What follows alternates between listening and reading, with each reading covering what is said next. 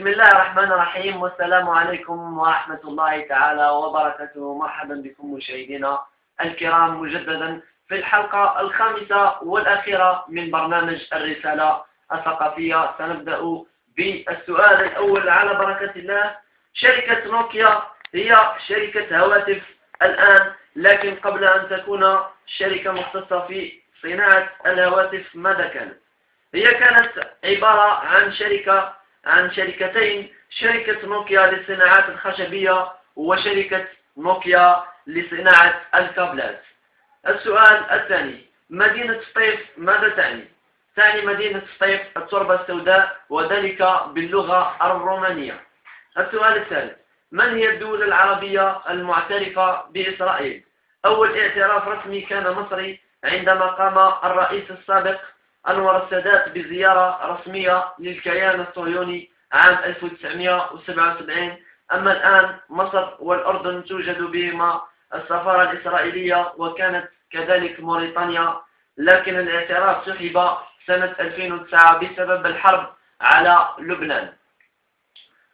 السؤال الرابع، من هي الدول التي معترفة بها أو بإسرائيل اعتراف شبه رسمي؟ هي دولة تونس ومملكة المغرب ومملكة قطر ومملكة البحرين، وذلك تجاريا وسياحيا فقط. السؤال الخامس، كم هي عدد الدول المنضوية إلى الاتحاد الإفريقي وأين يقع مقره؟ عدد الدول المنضوية هي 52 دولة، إلا المغرب الأقصى الوحيد الذي عارض عضوية الصحراء الغربية. أما مقر الاتحاد الإفريقي يوجد بأديس أبابا بالعاصمة إثيوبيا. السؤال السادس، ما معنى اسم هشام؟ معناه هو الجود والكرم. السؤال السابع، من هو مخترع الطائرة؟ مخترع الطائرة هما الأخوان الأمريكيان رايت. السؤال الثامن، بماذا تشتهر البرازيل؟ تشتهر البرازيل بالبن الذي ينبعث من شوارعها ومن المقاهي. السؤال التاسع وما قبل الأخير، ماذا تعني كلمة كاريزما؟ هي كلمة إنجليزية في أصلها اليوناني تعني الهدية أو التفضيل الإلهي، فهي تشير إلى الجاذبية الكبيرة والحضور الطاغي الذي يتمتع به بعض الأشخاص، أي السحر الشخصية وقوتها.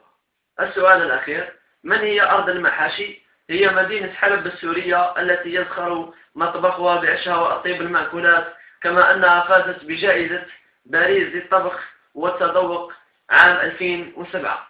شكرا لكم مشاهدينا الكرام، مع أطيب التمني لكم، ونتمنى أن نكون أفدناكم في هذه الحصة التي وفيناكم بها في 5 حلقات. شكرا جزيلا.